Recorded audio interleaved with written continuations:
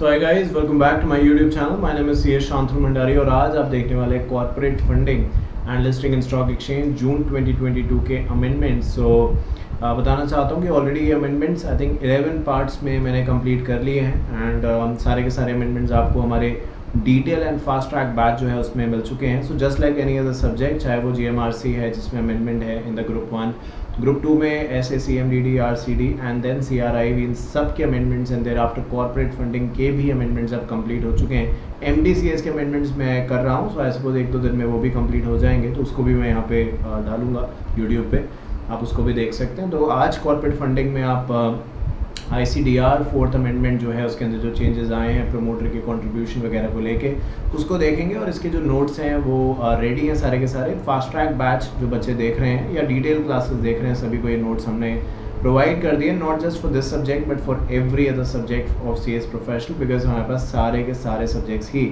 Accept taxation at this stage available हैं। तो चलिए अब आप देखना स्टार्ट करिए कॉर्पोरेट फंडिंग का part number 1 of the June 2022 amendments. And ज़रूर से ज़रूर हमारा mobile app Shantanu Antania academy download करिए, बिकॉज वहाँ पे आपको detail and fast track batches जो हैं अलॉन्ग विद जून 2022 अमेंडमेंट्स सब मिल जाएंगे एंड आई थिंक आपको वो फ़ायदा करेगा। Thank you so much.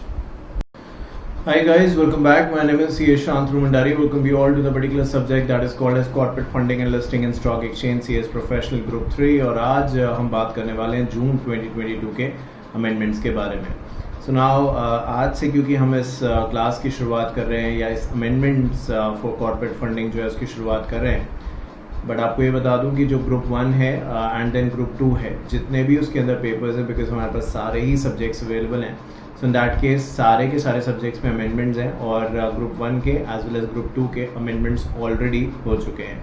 ये इसलिए बता रहा हूँ आपको कि अगर आपने हमसे कोई और क्लासेस ली हैं, डिटेल है, फास्ट ट्रैक है, ग्रुप 2, ग्रुप 1, कोई भी कुछ भी या कोई में से सब्जेक्ट, तो आप ज़रूर देखें अपनी गूगल ड्राइव या चेक करें मोबाइल ऐप, क्योंकि वहाँ पे उसके अमेंडमेंट्स एंड नोट्स जो है वो आपको मिल चुके होंगे। तो चलिए अब बात करनी स्टार्ट करते हैं कॉर्पोरेट फंडिंग के बारे में and listing in stock exchange. तो आज सबसे पहले हम बात करेंगे चैप्टर नंबर 1 के अमेंडमेंट्स के बारे में, जो कि डील करता है ICDR जो रेगुलेशंस है उसके अंदर उसमें जो चेंजेस हैं वो बताए गए हैं। तो क्या क्या चेंजेस हैं और क्या उनका मतलब है और किस तरीके से एग्ज़ाम में वो हमें पूछे जा सकते हैं उसके बारे में हम बात करेंगे। So let's start with the chapter number 1 also called as Indian equity and public funding. देखिए कॉर्पोरेट फंडिंग जो सब्जेक्ट है ये जो आया है ये बहुत मैं कहूँगा अच्छा सब्जेक्ट है, बिकॉज ऑफ द रीज़न कि इंडिया में अगर आप मे बी कोविड के बाद देखें या कोविड से पहले, क्योंकि ड्यूरिंग कोविड तो इकोनॉमिक एक्टिविटी तो ऑलमोस्ट ना के बराबर ही थी, तो आप देखेंगे इंडिया में यूनिकॉर्न आपने सुना होगा, बहुत कंपनीज ऐसी हैं जो यूनिकॉर्न बनती जा रही हैं, स्टार्टअप्स ऐसे हैं जो यूनिकॉर्न वो होते हैं जो अर्ली स्टेजेस में काफ़ी ज़्यादा पैसा बाज़ार से उठाते हैं, जो इन्वेस्टर्स होते हैं वो काफ़ी ज़्यादा पैसा इनके अंदर लगाते हैं। तो इंडिया के अंदर जो ऐसे स्टार्टअप्स हैं जो इनिशियली स्टार्टअप से शुरू हुए थे और आज बहुत बड़े प्लेयर्स बन चुके हैं, उनकी जो नंबर्स हैं वो कॉन्टीन्यूसली बढ़ते जा रहे हैं, जो कि एक अच्छी बात है। एंड इसी पर्सपेक्टिव से अगर आप देखेंगे तो हाल फिलहाल की न्यूज़ है कि रैपिडो का नाम सुना होगा, रणबीर कपूर ऐड भी करता है उसका, वो बाइक पे इधर से उधर छोड़ने का। जैसे ऊबर तो टैक्सी है, कैब है, तो ऊबर के अंदर भी मोटो रहता है जिसमें बाइक से आप एक से दूसरी डेस्टिनेशन जा सकते हैं। वैसे रैपिडो है, यहाँ पे बताया गया है, मेडिका बाज़ार है, तो बताया गया है कि $532 मिलियन जो है इंडियन स्टार्टअप ने इस हफ्ते में रेस किया है। Not in the year, not in the month, not in fortnight, एक हफ्ते के अंदर इन्होंने इतना पैसा रेस किया है। सो फॉर श्योर इंडिया जो है अपने आप में, या इंडिया की जो स्टार्टअप कंपनीज है वो अपने आप में जो फॉरेन जाइंट्स हैं उनको अट्रैक्ट कर रही हैं to get good amount of investment. और इसके अंदर सिर्फ ये 2 कंपनीज नहीं है, इसके अंदर और भी, जैसे फर्स्ट क्राई का नाम सुना होगा, वो बताया जा रहा है कि IPO $700 मिलियन का, ऑब्वियसली INR में आएगा तो आप उसे कैलकुलेट कर सकते हैं, तो लाने की कोशिश कर रहे हैं। तो इस तरीके से अगर आप देखेंगे फंडिंग जो है वो बहुत ज़्यादा इस समय इंडियन कंपनीज़ को मिल रही है। अब आने वाले दिनों में ये पता चलेगा कि ये फंडिंग कैश बर्न है। कैश बर्न मतलब जैसे आप देखते हैं कि आप डाउनलोड करो तो आपको ₹50 मिलेगा, ₹100 मिलेगा, ये वहीं तक रह जाता है या उसके आगे भी ये चल पाता है, ये देखना आई थिंक आगे वाले दिनों का काम होगा। बट फिलहाल के लिए हम ये कह सकते हैं कि in terms of the funding जो इंडियन कंपनीज उनको काफ़ी फंड रेजिंग इस समय मिल रही है। तो आज जहाँ से हम स्टार्ट करने वाले हैं अपनी बातें, वो है सेबी की ICDR रेगुलेशंस। उसके अंदर 3rd अमेंडमेंट से अपनी बात स्टार्ट करेंगे। अब कहने के लिए तो 4th अमेंडमेंट भी आ गया है, बट जो आपके एग्ज़ाम के लिए रिलेवेंट है, जो आपके एग्ज़ाम के लिए ICSI ने प्रिस्क्राइब किया है, मैं डेफिनेटली वो सब चीज़ें आपको करवाने वाला हूँ। तो यहाँ पे आज सबसे पहले हम बात करेंगे रेगुलेशन 2 की, और रेगुलेशन 2 के अंदर एक डेफिनेशन दे रखी है कि प्रमोटर कौन होगा। तो उसको डेफिनेशन को थोड़ा सा रिलैक्स किया गया, क्योंकि इसके अंदर एक क्लॉज C था जो अब हम देखेंगे, जिसको ऑल टुगेदर हटा दिया गया। जो आप ये देख रहे हैं ना, एनी बॉडी कॉर्पोरेट, जिसको मैंने लाइन से कट आउट किया हुआ है, ये डिलीट कर दिया गया। अब अगर अपना सप्लीमेंट आप देखेंगे तो उन्होंने सिर्फ इतना दिखाया है कि प्रमोटर ग्रुप के अंदर ये डेफिनेशन हटा दी है, एनी बॉडी कॉर्पोरेट, बट ऊपर क्या है और उसके आसपास क्या है, ये सब उन्होंने नहीं बताया। तो ICDR रेगुलेशंस की मदद से मैंने ये सब चीज़ें यहाँ पे आपके लिए लिखी हैं, सो दैट आपको एक आइडिया भी लग सके कि भाई ये चीज़ क्या है। क्योंकि देखिए, जब आप आज क्लासेस देख रहे हैं तो शायद ये वन टाइम पॉसिबल होगा, बार बार आपके पास समय नहीं होगा कि आप ये क्लासेस देख पाएँ। So I want to make sure कि ऐसा ना हो कि आप क्लासेस भी देखें और ICDR रेगुलेशंस भी रेफर करें। जो चीज़ यहाँ पे देख लें, that should be self sufficient, कि उसके अलावा आपको कुछ भी देखने की ज़रूरत ना पड़े। तो आइए बात करते हैं प्रमोटर्स के बारे में। तो प्रमोटर कौन है, ये बड़ी बेसिक सी बात है कि भाई जो कंपनी का एक आइडिया लेके आते हैं और कंपनी को सेटअप करते हैं, जो आपने कंपनीज एक्ट में बड़ा बेसिक लेवल पे पढ़ा होगा, वो सब प्रमोटर्स की डेफिनेशन में आते हैं। नाउ जब हम प्रमोटर्स की बात करते हैं, उन्हें फिड्यूशरी कैपेसिटी के लिए भी जिम्मेवार माना जाता है, ट्रस्ट वर्दी रोल निभाने के लिए माना जाता है वो। बट जितने फ्रॉड्स आजकल हुए हैं, प्रमोटर्स जो कर रहे हैं, उस चीज़ को ध्यान में रखते हुए समय समय के तौर पे प्रमोटर्स की डेफिनेशन को रिवाइज किया गया है। अगर ICDR के कंटेक्स्ट में इस डेफिनेशन को हम पढ़ें तो कहते हैं कि प्रमोटर ग्रुप जो होगा उसके अंदर कौन कौन आएगा या कौन कौन फॉल करेगा। तो प्रमोटर इंडिविजुअल भी हो सकते हैं, कोई कंपनी भी एक दूसरी कंपनी का प्रमोटर बन सकती है, आपने सुना भी होगा इसके बारे में। सो प्रमोटर ग्रुप की बात करें तो प्रमोटर ग्रुप के अंदर जो इंडिविजुअल्स हैं वो आ सकते हैं, वो प्रमोटर हो सकते हैं। इंडिविजुअल्स के जो रिलेटिव्स हैं, अब रिलेटिव की यहाँ पे अच्छी खासी बातचीत करी गई है कि अगर मान लीजिए प्रमोटर इज़ अ फीमेल, तो ऑब्वियसली जो जिनके साथ इनकी मैरिज हुई है, दैट मेल पर्सन, स्पाउस, वो प्रमोटर ग्रुप की डेफिनेशन में आ सकते हैं। इनके पेरेंट्स, इनके बच्चे, ये सब लोग प्रमोटर ग्रुप की डेफिनेशन में आ सकते हैं। अदर देन दैट, अगर प्रमोटर जो है वो एक कंपनी है या बॉडी कॉर्पोरेट है, तो उसी से रिलेटेड एक्चुअली हमारा अमेंडमेंट है। बट ऊपर की बात सिर्फ मैंने एक आप कह सकते हैं इंट्रोडक्टरी तौर पे बताई, सो दैट यू नो कि हम क्या टॉपिक डिस्कस कर रहे हैं। सो प्रमोटर अगर एक बॉडी कॉर्पोरेट है, एक कंपनी है, तो प्रमोटर ग्रुप का जो क्राइटेरिया होगा वो कैसे डिफाइन होगा, कैसे आप पता लगाएंगे कि कोई चीज़ प्रमोटर ग्रुप का पार्ट है या नहीं है। So let's take an example. There is a company, ये एक एग्जांपल ही है बस, एक कंपनी है जिसका नाम XYZ लिमिटेड है। एंड इस कंपनी का, लेट्स टेक अनदर एग्जांपल, कि इस कंपनी की जो प्रमोटर है वो है 123 लिमिटेड। ठीक है, मैं सिर्फ एग्जांपल ले रहा हूँ, नाम में मत जाइए, जो कंटेक्स्ट है उसको समझने की कोशिश करिए। So this is the main company जिसके बारे में हम यहाँ पे मान लीजिए पर्पसली बात कर रहे हैं। एंड जो 123 लिमिटेड उधर लिखा है, this is the body corporate, या आप कह सकते हैं जो कंपनी है जिसने XYZ को प्रमोट किया है, या एक 123 लिमिटेड जो है वो XYZ लिमिटेड की प्रमोटर है। ठीक, अब हम कह रहे हैं कि ये बॉडी कॉर्पोरेट या जो एक कंपनी और दूसरे कंपनी की प्रमोटर हो गई, पर प्रमोटर ग्रुप में इसके अलावा और क्या क्या आ सकता है।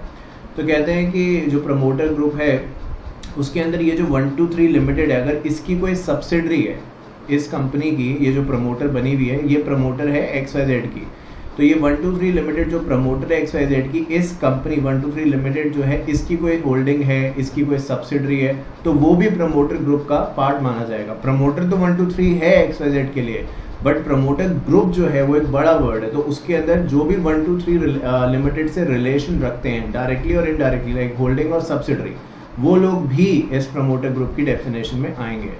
उसके बाद यहाँ पे कहा गया है कि any body corporate in which promoter holds 20% or more of the equity share capital, या any body corporate which holds 20% or more of equity share capital of the promoter. तो अगर पहली कंडीशन तो ये हो गई कि भाई जो 123 लिमिटेड है इसकी कोई होल्डिंग है या सब्सिडरी है, तो वो प्रमोटर ग्रुप की डेफिनेशन में आएगी। दूसरी कंडीशन क्या है कि ये जो 123 लिमिटेड है, अगर इस कंपनी ने किसी और कंपनी का, मान लीजिए एक और कंपनी हम मान लेते हैं, चलिए ABC प्राइवेट लिमिटेड, ठीक है, सो ABC प्राइवेट लिमिटेड 123 ने ABC प्राइवेट लिमिटेड का 20% हिस्सा खरीदा हुआ है, तो ये जो ABC प्राइवेट लिमिटेड है ये भी प्रमोटर ग्रुप की डेफिनेशन में आ जाएगी। इसका ABC प्राइवेट लिमिटेड का कोई रिलेशन नहीं है XYZ से, डायरेक्ट या इनडायरेक्ट कोई रिलेशन नहीं है, बट अगर ABC प्राइवेट लिमिटेड जो है उसने 123 का या 123 लिमिटेड ने ABC प्राइवेट लिमिटेड का 20% या उससे ज़्यादा की हिस्सेदारी खरीदी है, तो ये जो ABC प्राइवेट लिमिटेड है ये भी प्रमोटर ग्रुप की डेफिनेशन में आ जाएगी। आप देख सकते हैं यहाँ पे लिखा है so any body corporate in which promoter कौन हो गया, body corporate holds 20% or more of the equity share capital. So अगर 123 लिमिटेड ने ABC प्राइवेट लिमिटेड के अंदर 20% की हिस्सेदारी या शेयर होल्डिंग खरीदी है, तो ABC प्राइवेट लिमिटेड भी प्रमोटर ग्रुप का पार्ट है। एक तरफ की बात ये है, दूसरी तरफ क्या है, और any body corporate which hold 20% or more of the equity share of the promoter. तो चाहे 123 ABC के शेयर्स खरीदे या ABC 123 लिमिटेड के शेयर्स खरीदे, अगर इन दोनों में से कोई भी, चाहे 123 ABC के चाहे ABC 123 के 20% अमाउंट कितना है इससे फर्क नहीं पड़ता, 20% शेयर्स जो हैं वो खरीदे गए हैं और वो इक्विटी शेयर्स हैं, तो इन दैट केस जो ABC है वो डेफिनेटली प्रमोटर ग्रुप का पार्ट बन जाएगी। तो यहाँ तक की डेफिनेशन जो है, जो पहले रेगुलेशंस में थी और अब के रेगुलेशंस में है, वो एग्जैक्टली सेम है, इसके अंदर कोई बदलाव नहीं है। जो बदलाव है, जो चेंज है, वो इसके बाद वाले पार्ट में है, विच इज़ दिस पार्ट, जो ऑल टुगेदर हटा दिया गया है, रिमूव कर दिया गया है, ओमिट कर दिया गया है। वो है क्या या था क्या? So any body corporate in which group of individuals or companies or combination thereby acting in concert, आपने सुना होगा CR में जब आप टेक ओवर की बात करते हैं तो PAC की बात करते हैं, पर्सन एक्टिंग इन कंसर्ट के बारे में बहुत बोलते हैं और उसके हिसाब से टेक ओवर के अंदर बहुत सारा काम होता है। So any body corporate in which group of individuals or company or combination acting in concert which hold 20% or more of the equity share capital in the body corporate and such group of individuals or company or combination thereof also hold 20% or more of the equity share capital of the issuer and also acting in concert। ठीक है, अब ये जो है वो basically मान लीजिए कि ये कंपनी XYZ है, एक 123 है और एक ABC है। अब मैं वो पॉइंट समझा रहा हूँ जो डिलीट हो गया। कहने के लिए तो मैं कह सकता था कि वो क्यों ही पढ़ना है, तो डिलीट हो गया, छोड़ो क्या करना, बट फिर भी एक इन्फॉर्मेशन के लिए बताया था कि जो डिलीट हुआ इसका रीज़न क्या है वो भी बताऊंगा। लिखा नहीं है ना मॉड्यूल में ना कहीं और, बट आपको बताऊंगा। बट उससे पहले ये बताया था कि जो डिलीट हुआ है वो एक्चुअली कह क्या रहा था और क्यों डिलीट उन्होंने किया है। तो ये कहते हैं यहाँ पे कि मान लेते हैं कि कुछ इंडिविजुअल्स ही मान लेते हैं, इंडिविजुअल्स मान लेते हैं जिनका नाम हम रख देते हैं, क्या नाम रखें, जिनका नाम रख देते हैं चलिए आकाश, बॉबी, चार्ली। ठीक है, ये आकाश, बॉबी, चार्ली, ये 3 लोग हैं, मिलके शेयर होल्डिंग वगैरह खरीदते हैं, इसीलिए इनको PAC भी कहा जा रहा है, पर्सन एक्टिंग इन कंसर्ट भी कहा जा रहा है। तो ABC जो इंडिविजुअल्स हैं, अगर इन्होंने मिलके, चाहे AB हैं अकेले या चाहे A अकेला है, चाहे ABC तीनों हैं, तीनों ने मिलके इस कंपनी के अंदर, ये जो नाम आप दे रहे हैं यहाँ पे 123 जो प्रमोटर ग्रुप की पार्ट मानी जा रही है, इस कंपनी के अंदर एंड XYZ लिमिटेड, इसके अंदर, दोनों के अंदर, इसके अंदर यानी जो इशूअर है XYZ लिमिटेड उसके अंदर और जो इशूअर का प्रमोटर है 123 लिमिटेड उसके अंदर, दोनों के अंदर 20% खरीदा हुआ है। तो ये जो लोग हैं ABC जो हैं, ये भी प्रमोटर ग्रुप का पार्ट मान लिए जाएंगे, बट अब नहीं माने जाएंगे क्योंकि ये क्लॉज हटा दिया गया। तो मेरी बात आप समझ रहे हैं मैं क्या कह रहा हूँ कि कॉमन ओनरशिप जो है, जहाँ पे आप ये कह रहे हैं कि भाई जो पार्टीज हैं वो कलेक्टिवली जॉइंटली जो है वो issuer as well as promoter जो है दोनों के अंदर 20% जो है वो ओन कर रही हैं। तो ये जो है ABC की शेयर होल्डिंग, एक कलेक्टिव शेयर होल्डिंग है, XYZ यानी इशूअर के अंदर भी है और जो प्रमोटर है उसके अंदर भी है। सो इन दैट केस ये जो ABC हैं ये भी प्रमोटर ग्रुप की डेफिनेशन में आ जाएंगे, पर अब नहीं आएंगे। क्यों नहीं आएंगे? क्योंकि ये क्लॉज ऑल टुगेदर डिलीट कर दिया गया है। अब रीज़न क्या है जो मैं अभी कह भी रहा था आपसे, देखिए जो सेबी का कहना है, जब अमेंडमेंट्स आए तो ऑब्वियसली उन्होंने जस्टिफिकेशन दी।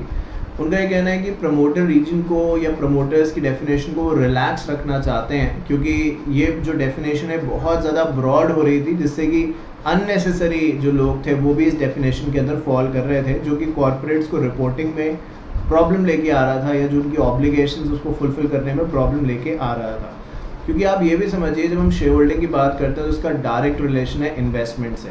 तो जितना ज़्यादा रेगुलेट आप इसको, मैं ये नहीं कहता या सेबी भी ये नहीं कह रहा कि आप रेगुलेट मत करिए, ऐसा कहीं नहीं कहा गया। रेगुलेशन तो ज़रूरी है, बट अगर ज़रूरत से ज़्यादा रेगुलेशन होगा तो अगेन कहीं ना कहीं जो इन्वेस्टमेंट है उसको आने में दिक्कत होगी। इन्वेस्टर जो होगा वो अननेसेसरी किसी डेफिनेशन में फॉल करेगा, तो उसके ऊपर और 10 चीज़ें जो होंगी एप्लीकेबल होंगी, उसकी खुद की रिपोर्टिंग रिक्वायरमेंट्स बढ़ जाएंगी। तो उस चीज़ को ध्यान में रखते हुए देन कलेक्टिवली एक टैग देते हैं ईज ऑफ डूइंग बिजनेस, उस चीज़ को ध्यान में रखते हुए ये रिलैक्सेशन जो है वो दी गई है। सेबी का यही कहना है, जो ऑफिशियल अनऑफिशियल जो भी वो कहते हैं वो इसी बात के ऊपर बात कर रहे हैं। तो ये एक अमेंडमेंट है जहाँ पे प्रमोटर्स या प्रमोटर ग्रुप की जो डेफिनेशन थी ICDR के अंदर, उसके अंदर बदलाव किया गया है। बढ़ते हैं आगे, बात करते हैं अब लॉक इन के बारे में। सो आपने पढ़ा होगा डिटेल क्लास के अंदर भी, फास्ट ट्रैक के अंदर भी मैंने बताया था, क्योंकि उस समय ये था ही कि लॉक इन की जो रिक्वायरमेंट है वो 3 साल के लिए है। प्रमोटर का कंट्रीब्यूशन आप सभी जानते हैं, मिनिमम प्रमोटर कंट्रीब्यूशन 20% की बात करी जाती है। तो उसको प्रमोटर्स जो हैं उनको 3 साल तक लॉक इन में पहले रखना होता था। बट अभी जब अमेंडमेंट आपके सामने है जिसके बारे में आज जिक्र कर रहे हैं, इसमें सेबी ने वो जो रिक्वायरमेंट है लॉक इन की उसको घटा दिया है, और घटाया भी ऐसा नहीं कि थोड़ा कम किया, एग्जैक्टली हाफ कर दिया है। सो 3 years इज़ लाइक 36 months। तो अभी उन्होंने 18 months कर दिया है। इसलिए इकोनॉमिक टाइम्स की एक खबर है जो अपनी स्क्रीन पे आप देख रहे हैं कि SEBI half the lock in period, तो 36 महीने की जगह 18 महीने कर दिया गया। और जो एडिशनल है 20% के ऊपर वाला जो प्रमोटर्स ने कंट्रीब्यूट किया है, पहले वो 1 साल के लिए लॉक इन होता था, अब वो 6 महीने के लिए लॉक इन होगा। तो लॉक इन भी यहाँ पे कम रख दिया गया है। अब रीज़न देखिए, ये रीज़न दे नहीं रखे हैं कहीं, आपके कहीं कोर्ट्स में जस्टिफिकेशन नहीं दी है कि ऐसा क्यों किया गया है। बट जैसे मैं बार बार बता रहा हूँ, देखो अगर प्रमोटर्स जो हैं उनका जो पैसा है वो ज़रूरत से ज़्यादा समय तक एक ही जगह फ्रीज आउट रहेगा, तो डेफिनेटली वो पैसा कहीं और नहीं लगा पाएंगे। और अगर आपको ये करना है कि भाई चीज़ों को ईजी बनाना है, हर सेक्टर को ग्रो करवाना है, तो पैसा इधर का उधर जाएगा, तभी तो वो चीज़ें ग्रो होंगी। ये एक जस्टिफिकेशन है। But on the same side एक सवाल इन्वेस्टर के लिए भी यहाँ पे उठता है, वो ये कि इन्वेस्टर्स के लिए ये एक थोड़ी चिंता वाली बात है कि पहले प्रमोटर्स एटलीस्ट 3 साल तक पैसा उनका फंसा था, तो वो ऑब्वियसली बॉदर थे कि भाई मेरा पैसा फंसा हुआ है। अब 18 महीने बाद वो अपना पैसा निकाल लेंगे, उसके बाद कंपनी का फ्यूचर या ग्रोथ क्या होगा, ये अपने आप में एक क्वेश्चन बन जाएगा। क्योंकि ये अमेंडमेंट बहुत रीसेंट ही है, और इस अमेंडमेंट को जब किया गया तो उसके बाद के जो प्रमोटर्स होंगे, क्योंकि रेट्रोस्पेक्टिव तो है नहीं, तो उसके बाद के जो लोग हैं जिनकी अब प्रमोटर की लॉक इन पीरियड की जो रिक्वायरमेंट है वो पूरी होगी, जब वो पैसा निकालेंगे तब देखने में आएगा कि भाई कंपनी के शेयर के प्राइस पे क्या असर पड़ता है। तो आई थिंक समय बताएगा। बट यस, यहाँ पे अगर हम बात कर रहे हैं तो हम ये कह रहे हैं कि जो रेगुलेशन 16 सब रेगुलेशन 1A है, उसके अंदर बात जो कही गई है वो यही कि जो लॉक इन पीरियड है उसके रिक्वायरमेंट को यहाँ पे कम कर दिया गया। ऑल्दो अगर आप अपना जो इशू है वो जो लेके आ रहे हैं उसके अंदर आपने स्पेसिफिकली बताया है कि आप जो पैसा ले रहे हैं मार्केट से उसको आप कैपिटल एक्सपेंडिचर के तौर पे खर्च करेंगे। कैपिटल एंड रेवेन्यू 2 तरीके के एक्सपेंडिचर होते हैं। सो कैपिटल एक्सपेंडिचर मतलब क्या कि भाई मशीन्स खरीदेंगे, एसेट्स खरीदेंगे। देन जो प्रमोटर के लिए लॉक इन की रिक्वायरमेंट है वो जो पहले थी 3 साल, वो आज भी 3 साल है। तो अगर आप जो पैसा रेज कर रहे हैं उसको कैपिटल एक्सपेंडिचर के अलावा कहीं यूज़ कर रहे हैं तो ये रिलैक्सेशन हुई है, तो आपकी जो ऑब्लिगेशन है वो हाफ हो गई है in terms of the lock in. But अगर आप जो पैसा रेज कर रहे हैं उसको कैपिटल एक्सपेंडिचर के तरीके से यूज़ करने वाले हैं तो डेफिनेटली जो पहले रिक्वायरमेंट थी वो आज भी बनी हुई है। 3 साल की पहले बात थी लॉक इन की, और आज भी 3 साल है अगर आप कैपिटल एक्सपेंडिचर के पर्सपेक्टिव से पैसा रेज कर रहे हैं। एक चीज़ और यहाँ पे बताना चाहता हूँ आपको कि पहले अगर आपने ICDR रेगुलेशंस पढ़ी होंगी डिटेल क्लासेस में, फास्ट ट्रैक में तो बताया ही था, तो वहाँ पे आपने ये चीज़ देखी होगी कि जब हम ये बात कर रहे हैं कि भाई 3 साल की और 1 साल की जो एडिशनल कंट्रीब्यूशन है उसके लिए, ये 3 साल और 1 साल का जो टेन्योर था, ये कहते थे कि भाई जो आपकी कमर्शियल प्रोडक्शन है या जो IPO है उससे ये काउंट होगा। यहाँ पे वर्ड भी इस्तेमाल किया गया था कि विच एवर इज़ लेटर करके। बट अब वो चीज़ हटा दी गई है। वो सिर्फ और सिर्फ अगर यहाँ पे कुछ रखा गया तो वो कमर्शियल प्रोडक्शन जो थी उसको ऑल टुगेदर हटा के सिर्फ IPO की बात रखी गई। मैं जो कह रहा हूँ अभी वो शायद समझ में उतना ना आ रहा हो क्योंकि अभी तो हमने पढ़ा नहीं है, बट ये सब चीज़ें नीचे लिखी हैं, तो आइए एक एक करके अब देखना स्टार्ट करते हैं। तो ये तो समझ में आ गया कि लॉक इन अब जो है वो हाफ कर दिया है। सो आगे देखते हैं क्या लिखा है। The word 3 years from the date of the commencement of the commercial production or the date of allotment of IPO whichever is later shall be substituted with the word 18 months from the date of allotment of initial public offer। तो पहले क्या था, 3 साल का lock in है, और 3 साल का लॉक इन जो है वो कहाँ से काउंट होगा, जिस दिन आप कमर्शियल प्रोडक्शन शुरू करेंगे या जिस दिन आपने IPO में शेयर्स लोगों को दिए हैं तब से, जो भी इनमें से बाद में होगा। मान लो ये जो कमर्शियल प्रोडक्शन है वो मेरी 2021 में शुरू हुई, बट मैंने IPO जो था वो मैं 2021 के जनवरी में कमर्शियल प्रोडक्शन शुरू हुई, बट 2021 के नवंबर में मेरा IPO आया। तो जो 3 साल का लॉक इन था वो यहाँ से शुरू होता है, क्योंकि ये था कमर्शियल प्रोडक्शन या IPO whichever is later. तो ये नवंबर से शुरू होता मेरा, ना कि जनवरी से, क्योंकि विच एवर इज लेटर की बात थी। तो ये 3 साल यहाँ से शुरू होते हैं। पर अब उन्होंने ये जो क्लॉज है कमर्समेंट जो बताया गया कि भाई कमर्शियल प्रोडक्शन का कमेंसमेंट का, ये क्लॉज ही ऑल टुगेदर हटा दिया है। तो 18 मंथ्स तो कर ही दिया है, प्लस 18 मंथ्स जो है वो डायरेक्टली अब IPO से काउंट होगा जिस दिन आपका IPO आ रहा है। जो कमर्शियल प्रोडक्शन की कमेंसमेंट की बात थी वो पूरा का पूरा ही क्लॉज उन्होंने हटा दिया है। तो अब विच एवर इज लेटर वाली बात भी खत्म हो गई। तो 2 चीज़ें हो गई, 3 साल का लॉक इन ना रह गया, अब 18 महीने का रह गया। और जो 18 महीने की कैलकुलेशन होगी वो आप कहाँ से निकालेंगे? उस दिन से निकालेंगे जिस दिन आपका IPO आया है। जो पहले की बात थी कमर्शियल प्रोडक्शन और IPO whichever is later, वो ऑल टुगेदर खत्म कर दिया गया। सिर्फ और सिर्फ जो है बात करी गई है। तो ये कहा गया जिस दिन आपने IPO में शेयर्स दिए हैं उस दिन से आपके 18 महीने काउंट होंगे। बात करते हैं अगर आगे एक्सेस कंट्रीब्यूशन के बारे में, तो सभी को पता है कि 20% की बात हम यहाँ पे कर रहे हैं जब मिनिमम प्रमोटर कंट्रीब्यूशन की बात कर रहे हैं। So we are talking about 20%। और अगर एक्सेस की बारे में बात करते हैं तो हो सकता है आपने 25% दिया हो, 30% दिया, तो जो भी 20% के ऊपर था उसके अंदर रिक्वायरमेंट ये थी कि वो लॉक इन रहेगा अगले 1 साल तक। पर अब वो रिक्वायरमेंट रिड्यूस करके 1 साल की जगह 6 महीने कर दी गई है। और आप यहाँ पे भी देख सकते हैं लिखा है 6 months from the date of allotment in IPO। तो वो जो बात ऊपर मैं कर रहा था वही चीज़ यहाँ पे भी है कि date of commencement of commercial production जो थी ये ऑलरेडी लाइन हटा दी गई है। ये इवन इसकी डेफिनेशन भी ICDR रेगुलेशन से डिलीट कर दी गई है। तो ये है ही नहीं, आप मान के चलिए ये है ही नहीं। लिखा इसलिए है जिससे आप समझ सकें, क्योंकि अगर मैं आपको ये बताऊंगा कि ये चीज़ है लेटेस्ट है, तो इससे पहले क्या था ये आपको कैसे पता चलेगा? डिफ्रेंशिएट कैसे करेंगे कि क्या था और क्या हो गया? ये है वो तो ठीक है, बट पहले क्या था, अब बदलाव जो आए हैं वो क्यों आए हैं उसकी जस्टिफिकेशन तभी तो दी जा सकती है जब आपको पता हो कि पहले क्या था और अब क्या है, तभी तो डिफ्रेंशिएशन समझाया जा सकता है। तो इसीलिए ये आपको बता रहा हूँ कि जो कमर्शियल प्रोडक्शन की बात है, चाहे वो आपका IPO का इनिशियल ऑफरिंग है या जहाँ पे प्रमोटर्स का कंट्रीब्यूशन देना है, या फिर मिनिमम प्रमोटर कंट्रीब्यूशन के बाद जो नेक्स्ट क्लॉज आता है जहाँ पे आप एक्सेस कंट्रीब्यूशन की बात करते हैं, चाहे वो है, दोनों के अंदर कमर्शियल प्रोडक्शन की बात हटा दी गई है। और पहले जो 3 साल का टाइम पीरियड था उसको रिड्यूस करके 18 महीने कर दिया गया, जबकि जो एक्सेस कंट्रीब्यूशन का समय था वो लॉक इन था 1 साल के लिए, जिसको अब रिड्यूस करके 6 महीने कर दिया गया है।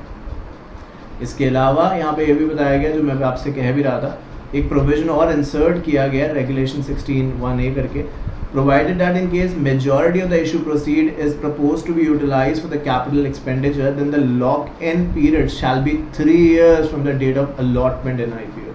यही बात मैंने आप रिवाइंड करके देख लीजिए। अगर आपके पास देखिए व्यूज़ भी यहाँ पे हमारे पास अलग अलग सिस्टम है। कई बच्चे इसको अनलिमिटेड व्यूज़ पे देख रहे हैं, कई बच्चे इसको 2 व्यूज़ पे देख रहे होंगे, कई बच्चे इसको 1.5 व्यूज़ पे देख रहे होंगे।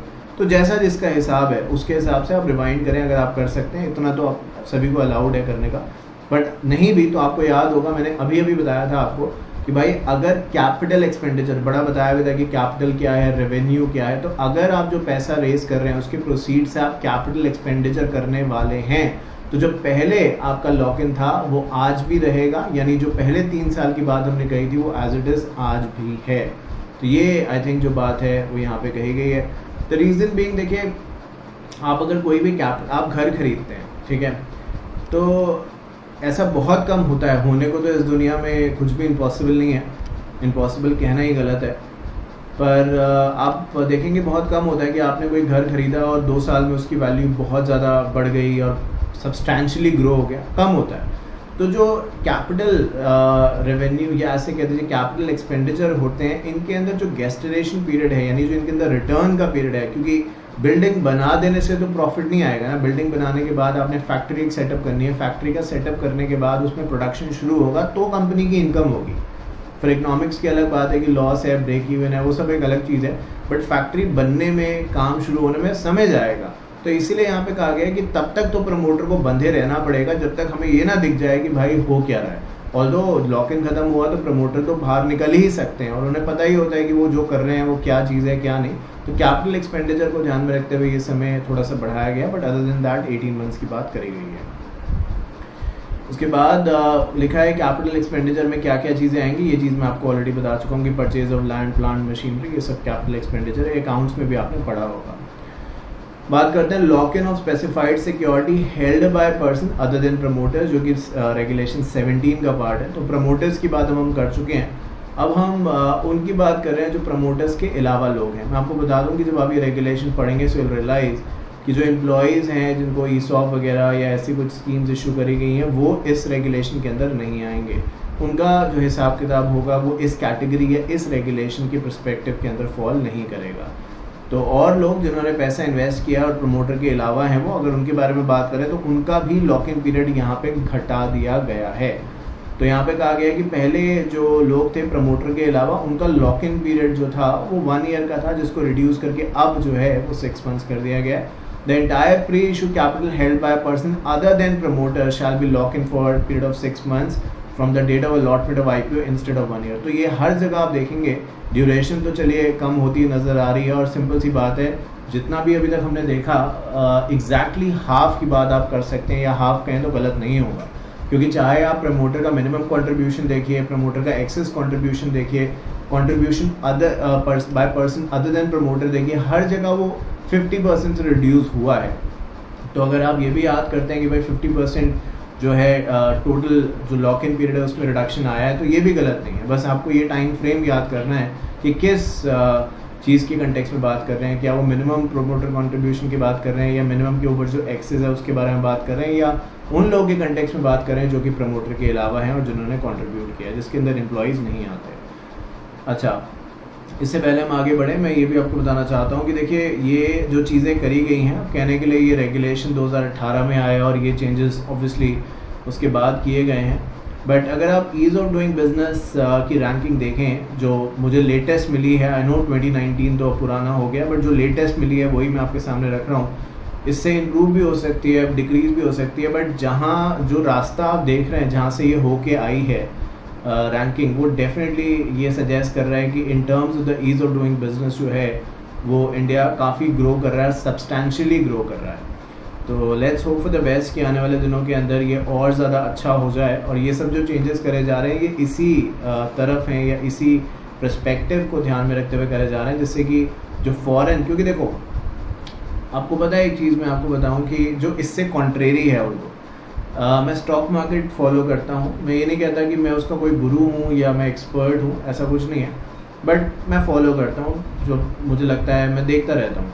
तो उसमें मैंने ये देखा कि 2022 के जो first kind of few months हैं उसके अंदर FIIs जो हैं, फॉरेन इंस्टीट्यूशनल इन्वेस्टर्स, अब इसको लेके अलग अलग न्यूज़ छपती हैं, तो हम ये नहीं कह सकते कि वो सही हैं और आप गलत हैं, वाइस वर्सा कहा नहीं जा सकता, बट मैं अपना पर्सपेक्टिव बता रहा हूँ।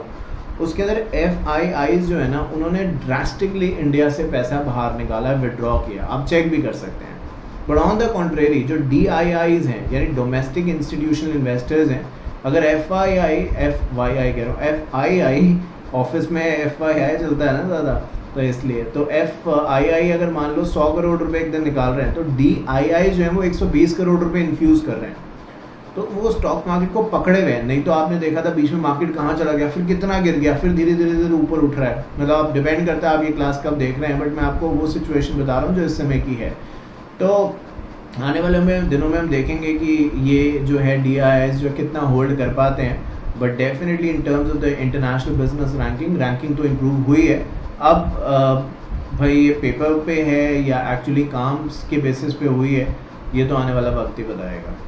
ठीक है, बात आगे करते हैं एक और रेगुलेशन की, जहाँ पे हम बात करते हैं FPO के बारे में। तो ऊपर अभी IPO था, आई एम श्योर आप सभी को पता है कि IPO और FPO हैं तो दोनों पब्लिक फंडिंग के ही ज़रिए, जहाँ पे आप पैसा रेज कर सकते हैं। But as you all know कि जब कंपनी सबसे पहली बार मार्केट में जाती है और उसको पैसे की रिक्वायरमेंट है, तो वो अपना एक IPO लेके आती है। और अगर कंपनी ऑलरेडी एक बार पैसा रेज कर चुकी है and now second, third, fourth, fifth etcetera time market में फिर से आती है और उसको पैसे की रिक्वायरमेंट चाहिए और पैसा रेज करना चाहती है, then it is called as an FPO, further public offer, further initial नहीं, फर्दर सेकेंड एंड ऑनवर्ड जो आप पैसा रेज करते हैं तो आप FPO कह सकते हैं।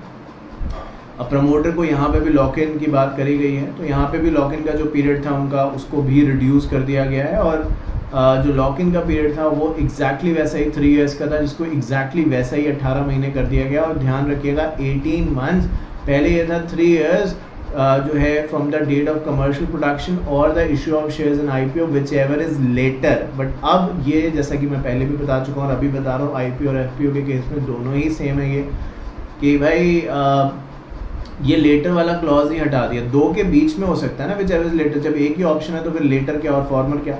तो उन्होंने ये कह दिया कि 18 मंथ्स तक लॉक इन रहेगा और 18 मंथ्स की शुरुआत होगी, जो अमेंडमेंट प्रोविजन है उसमें बता रहा हूँ 18 मंथ्स तक रहेगा और 18 मंथ्स की शुरुआत उस दिन से होगी जिस दिन शेयर FPO में दिए गए हैं। ऊपर IPO था बट अभी FPO है, तो वो कमर्शियल प्रोडक्शन वाली जो कंडीशन है वो ऑल टुगेदर डिलीट कर दी गई है। तो आइए देखते हैं, the word 3 years from the date of commencement of the commercial production or from the date of allotment in FPO whichever is later shall be substituted with 18 months from the date of allotment. तो बात ही खत्म हो गई commercial production वाली और ये बात ही खत्म हो गई 3 years वाली, 18 months एंड जो एक ही कंडीशन है वही रह गई है। एक्सेस कंट्रीब्यूशन वही जो ऊपर हम IPO के केस में कह रहे थे वही FPO के केस में भी है, लॉक इन यहाँ पे 6 months का है। अब बात करते हैं एक और ICDR के 4th अमेंडमेंट के बारे में। तो अभी हमने शुरुआत जब करी, आप देखिए कि जो मैंने शुरुआत करी तो मैंने आपसे कहा भी था कि भाई अब तो 4th भी आ गया है। तो देखिए ऊपर आप जो देख रहे हैं लिखा है issue of capital and disclosure requirement 3rd amendment, ठीक है। अब आप नीचे जब देख रहे हैं तो आप देख रहे हैं कि लिखा है issue of capital and disclosure requirement 4th amendment. तो ये कॉन्सिक्यूटिवली अमेंडमेंट जो हैं वो यहाँ पे आते जा रहे हैं और इस अमेंडमेंट के अंदर जो है वो इनिशियल पब्लिक ऑफरिंग की जो कंडीशंस हैं, इनिशियल पब्लिक ऑफर लाने की जो कंडीशंस है उसके अंदर कुछ बदलाव किए गए हैं।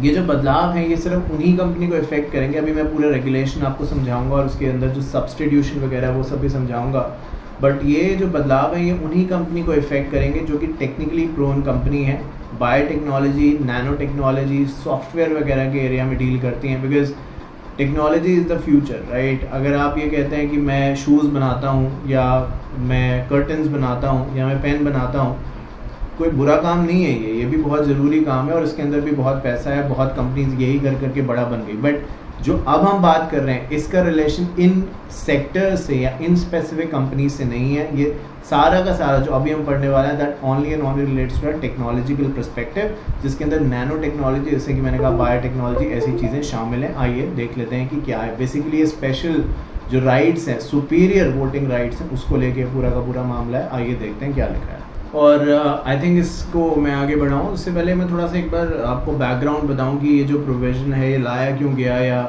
इनिशियल पब्लिक ऑफरिंग जो है जो कंपनीज का जिक्र मैं कह रहा था उनके लिए स्पेशली क्यों ऐसी क्या नीड आई कि उनको इस रेगुलेशन के अंदर कवर किया गया। तो देखिए होता क्या है, जब भी कोई स्टार्टअप बनता है, ठीक है, स्टार्टअप का नाम भी अपने आप में सेल्फ एक्सप्लेनेटरी है, बहुत ज़्यादा समझाने की ज़रूरत नहीं है। तो ये है कि उसके पास लोग हैं जिनके पास आइडियाज़ इनोवेटिव हैं, but more than likely funding की उन्हें ज़रूरत पड़ेगी, ठीक है, पैसे की उन्हें ज़रूरत पड़ेगी। अब द प्रॉब्लम है इसकी पैसा कहाँ से दें। बैंक वगैरह जो यानी जो ट्रेडिशनल सोर्सेज है फंडिंग के, बैंक भी उसी को पैसा देगा अगर अपना कोई एसेट बैंक के पास मॉर्गेज कराएंगे। स्टार्टअप के पास इतना जनरली होता नहीं है कि वो ये सब कर सके, तो उसको तो ऐसे ही लोग चाहिए जो उस पर रिस्क ले सकें, ठीक है, क्योंकि अगर स्टार्टअप चल पड़ा तो ये बहुत बड़ा काम हो सकता है और बहुत बड़ा मुनाफा मिल सकता है। बट बात ये है कि उस पर रिस्क जो है उस पर बेट कौन लगाए।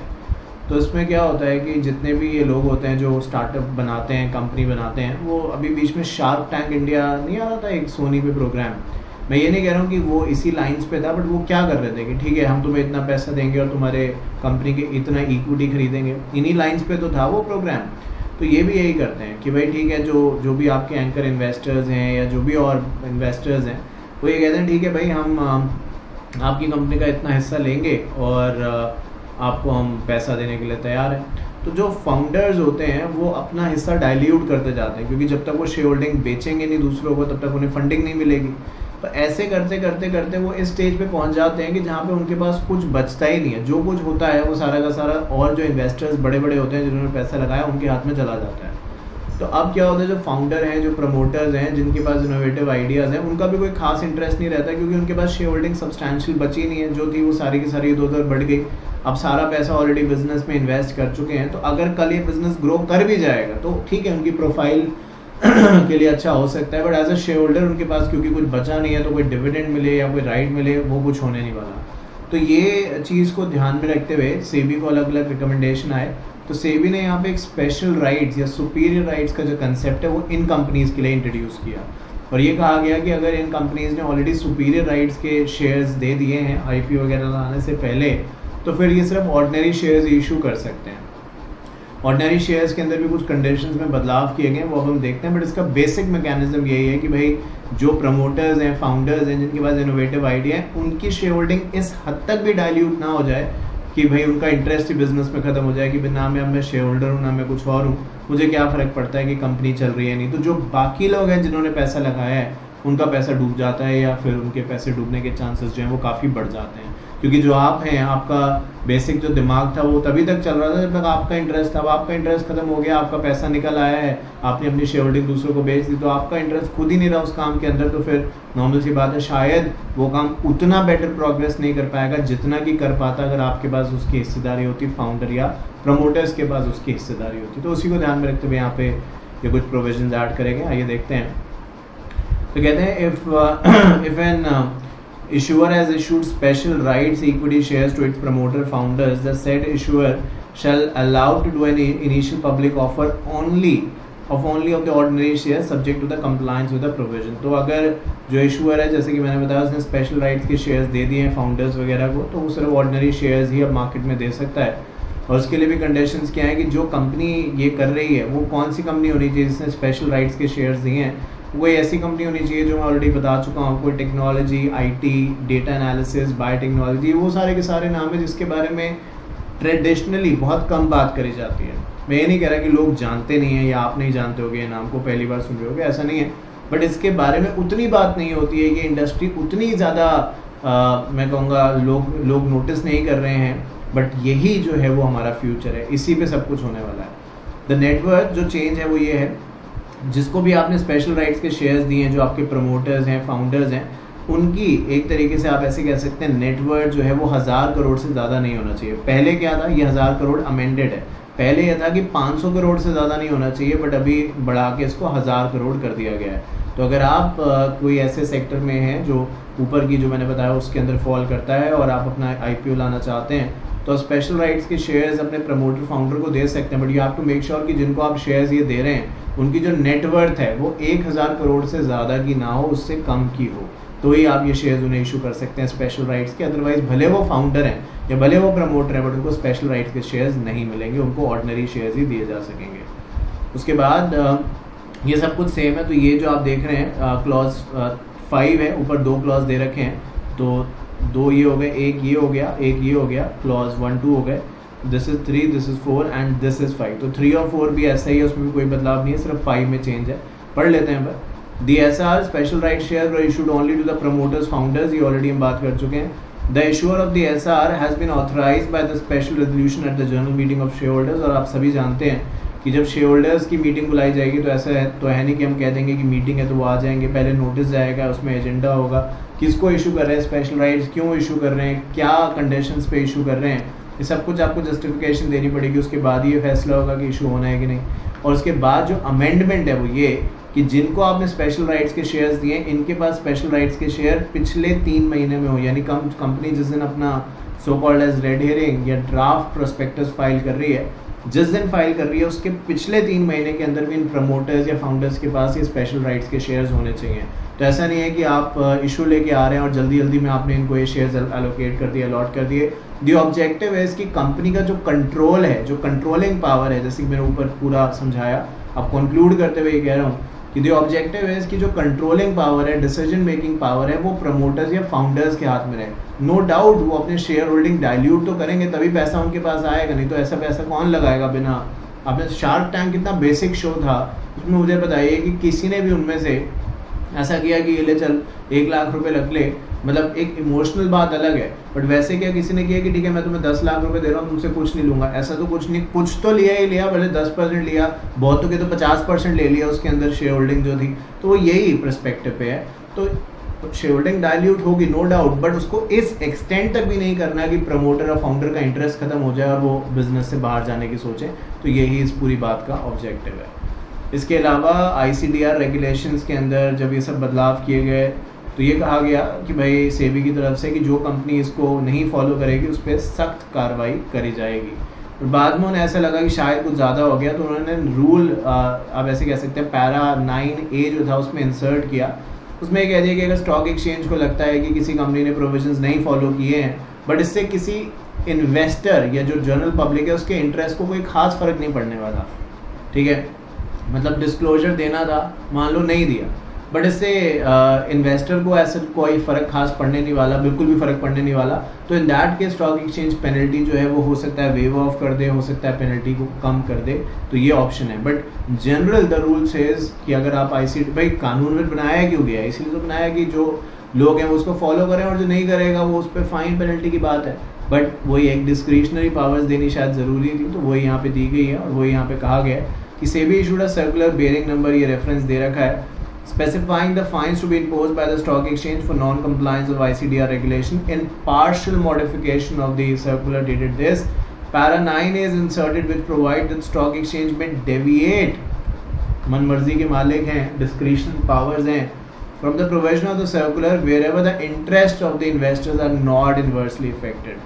तो भाई पेनल्टी मान लो 20,000 की सर्कुलर में लिखी है, स्टॉक एक्सचेंज को लगता है कि ठीक है कंपनी ने नहीं बताया और वो इस चीज़ के लिए अपोलोजाइज़ कर रहे हैं, चलो पेनल्टी 10,000 कर देते हैं, क्योंकि इससे किसी और को तो फ़र्क पड़ नहीं रहा, इन्वेस्टर का भी कोई इंटरेस्ट हार्म नहीं हुआ उससे, इस बात से डिस्क्लोजर ना करने से, ना ही उसका कोई नुकसान हुआ, तो ऐसा करा जा सकता है। उस सर्कुलर की, यानी ये जो सर्कुलर ऊपर दिया हुआ है सेबी HO करके 2019 का सर्कुलर है ये, इसकी एक कॉपी आपके लिए मैंने यहाँ पे रखी हुई है, just to make you realise कि ये सर्कुलर दिखता कैसे है।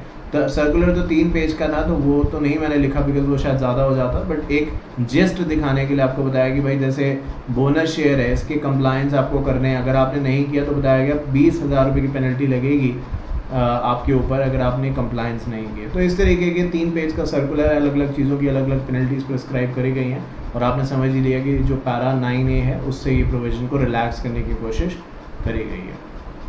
क्योंकि ईज़ ऑफ डूइंग बिजनेस सिर्फ वैसे नहीं हो सकता ना कि प्रमोटर्स का लॉक इन कर दें, भाई हर तरफ से आपको ध्यान रखना है। और जैसे कि मैंने आपको कहा कि ईज़ ऑफ डूइंग बिजनेस या कोई भी, जब कोई चीज़ बनती है ना, कोई कानून बनता है, कोई रूल्स एंड रेगुलेशन बनता है, आप कभी भी उसको शायद 1-2 साल में जज नहीं कर सकते कि ये चीज़ कैसी जा रही है। तो आई थिंक उसके लिए हमें टाइम लगता है देखने के लिए, बिकॉज तभी वो चीज़ जो है उसकी रियलिटी समझ में आती है। इनिशियली तो वो ऊपर ऊपर से बेस्ट ही लगती है, बट आने वाले दिनों में उसका एक्चुअल जो हिसाब किताब है वो समझ में आता है।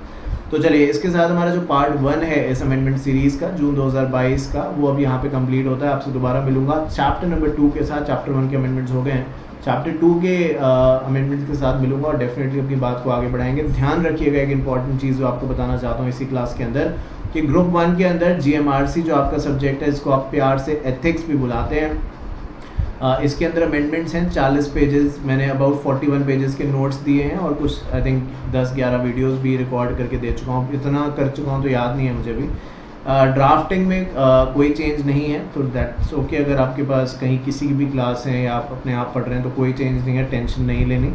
टैक्सेशन में पढ़ाता नहीं हूँ, so I don't know about it. अभी तो मैं नहीं पढ़ा रहा हूँ टैक्स, आने वाले दिनों का मैं कह नहीं सकता। तो ये ग्रुप 1 की बात थी जिसमें ये अमेंडमेंट जो थे वो आपको मिल चुके हैं, इसमें अमेंडमेंट है नहीं। ग्रुप 2 की बात करते हैं तो सेक्रेटरियल ऑडिट में अच्छे खासे अमेंडमेंट है, वो मैं आपको दे चुका हूँ। अबाउट 37 पेजेस के नोट्स एंड वीडियो क्लासेस भी आपको दे चुका हूँ। CRIV, इसके अंदर भी अच्छे खासे अमेंडमेंट है, वो भी मैं आपको करके दे चुका हूँ, नोट्स भी दे चुका हूँ और क्लासेस भी देख चुका हूँ। RCD, resolution of corporate dispute, इसको बहुत सारे बच्चे बहुत हल्के में लेते हैं, इसके भी नोट्स आपको करके दे चुका हूँ, क्लासेस भी आपको दे चुका हूँ। अब जो आप देख रहे हैं वो कॉर्पोरेट फंडिंग है। अब क्योंकि हमने स्टार्ट कर दिया है तो जैसे जैसे आगे बढ़ेंगे नोट्स और क्लासेस रेडी हो जाएंगी। इसके बाद हम MDCA स्टार्ट करेंगे, thereafter will go with the insolvency, और फिर उसके बाद IPR के कोई अमेंडमेंट्स है ही नहीं इस बार के लिए, तो सिर्फ इंसॉल्वेंसी की अमेंडमेंट है वो हम कराएंगे। तो आप देख लीजिए कि सारे के सारे सब्जेक्ट्स के अमेंडमेंट जो है वो टाइम से पहले हो रहे हैं, और आपको कहने की भी ज़रूरत नहीं पड़ी है। अभी तक किसी बच्चे ने मुझसे कहा नहीं कि सर अमेंडमेंट क्या है क्या नहीं। यहाँ से देखने के बाद वो ज़रूर बाकी जगहों पे कह रहे हैं कि सर आप अमेंडमेंट बाकी फैकल्टीज़ को कि सर आप कराओगे, कब कराओगे, वो हो रहा होगा। And I am sure amendments ज़रूरी हैं तो उन्हें तो कराना ही चाहिए। बट चलिए, नेक्स्ट क्लास के लिए अभी के लिए इतना ही। नेक्स्ट क्लास में मिलेंगे और अपनी बात को आगे बढ़ाएंगे। Thank you so much once again for watching the CS Executive CS Professional widest ICSI module coverage, guarantee of covering all amendment including the fast track batch revision series, Shantanu and Tanya Academy. Thank you so much.